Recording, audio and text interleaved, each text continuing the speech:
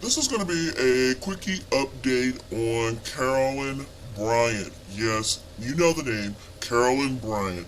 She is the Caucasian woman that accused Emmett Till of whistling at her or making advances at her. He was only 14 years old at the time, and you know the story. Her husband and her brother-in-law went out and found where he was staying and murdered the young boy. And his disfigured body was sent back to his mother in Chicago. There are plenty of documentaries on this. You can go and look them up for a refresher.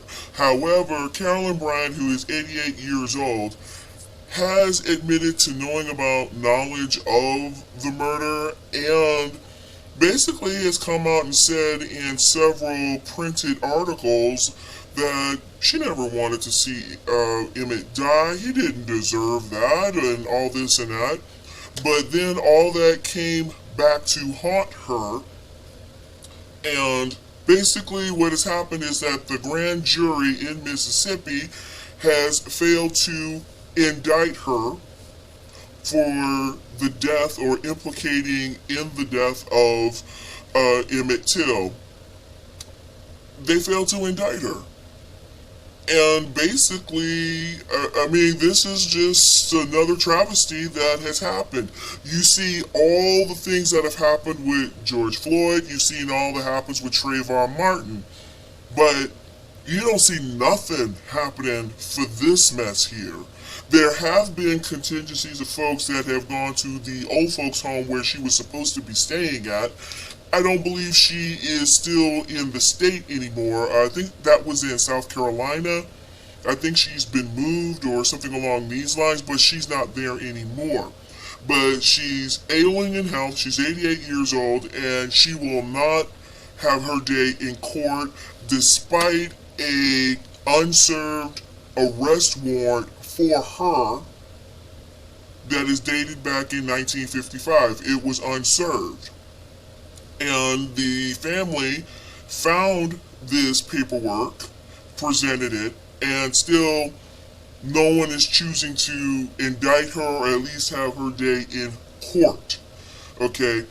And why is that? I think this whole time people have just been protecting her, seeing her as this lost shrinking violet that was just a victim of an evil husband and all this and that. She's been protected by the law all this time. And why would an 88-year-old woman need to be protected by the law? I don't know. In October 2021, last year, a 100-year-old Nazi, member of the Nazi Party, was found, and he is being brought to justice, or at least having his day in court, for the deaths of 3,518 innocent people, Jews. Okay, September 2021, a 96-year-old female Nazi, you don't hear that often, but this was a female Nazi, failed to turn up for her trial. We call that a bench warrant out here in the United States. In Germany, I'm not sure what they're doing there, but they found her, and they have since brought her in so she could have her day in court. This year, 2022, a 101-year-old Nazi is being brought to justice. So this whole thing about, oh, she's 88 and frail and, just let her live her life in peace. No. Emmett never got to live his life. He was 14-year-old when he died. You could have stopped this. You could have said something. You could have done something. But no, you chose to be silent and then wanted to relieve yourself to somebody that just came rolling around to talk to you, bled your heart out, and you don't even have the gall enough to say, yes, I did it.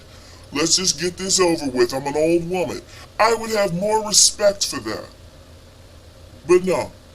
Okay? So that's the update with that. For me, this is just going to be a closed book on this subject matter. I wish the best for all the family members of Emmet Till. and I wish them the best in moving forward, whatever path they choose to. But I also want you to notice all the people that are silent. Joe Biden, silent. All these congressional Democratic folks were happy to surround themselves around George Floyd, but none of them are saying a darn word about this. This here, this young boy, this woman who is still allowed to live a nice, comfortable existence, where you have Nazis still being hunted down and they're over 100 years old. But this woman is being allowed to live comfortably. And everybody is silent. But yet they can say anything and everything else. I digress. Okay, this is Conservative Life on Mars. We're living in strange times right now. Please subscribe to me. Please hit that button if you want to know when I am putting out more good content. Let me know what you think about this. I think this is the death knell travesty that is a part of the civil rights movement.